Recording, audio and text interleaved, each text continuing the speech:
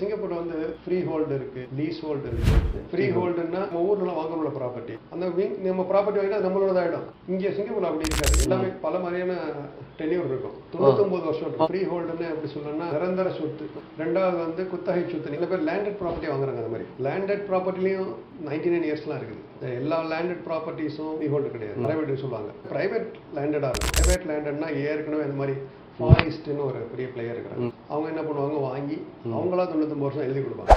எழுதி கொடுத்து 99 வருஷம் கழிச்சு பிறகு நம்ம வெளியே வந்துடும். ஒரு பெரிய டெவலப்பர் வந்து கவர்மெண்ட் கிட்ட சொல்லி என்லாக் பண்றதுக்காக பண்ணி அதெல்லாம் நமக்கு காசு வரணும் எதிர்பார்க்க முடியாது. ஸோ அந்த மாதிரி மிஸ்டேக்கும் நடந்திருக்கு. இன்னொரு இன்வெஸ்டர் என்னன்னா, அந்த 99 இயர்ஸ் தானே, 20 இயர்ஸ் கழிச்சு என்லாக் போவாங்க அப்படின்னு சொன்னாங்க. லேண்டு நான் படிச்சு சொன்னேன், அது வந்து அது பிரைவேட் ப்ராப்பர்ட்டி. அது 99 இயர்ஸ் கழிச்சு அந்த எஸ்டேட்டுக்கு போயிடும். அவங்க ஜெனரேஷன் அவங்க யூஸ் பண்ணிக்குவாங்க. கவர்மெண்டோட லேண்ட் 99 இயர்ஸ் இருந்தால் தான் கவர்மெண்ட் கிட்ட போய் நம்ம என்பிளாக் பண்ணி வாங்க முடியும். ப்ராப்பர்ட்டியில் வந்து நிறைய கவனிக்க வேண்டிய விஷயங்கள் இருக்கு.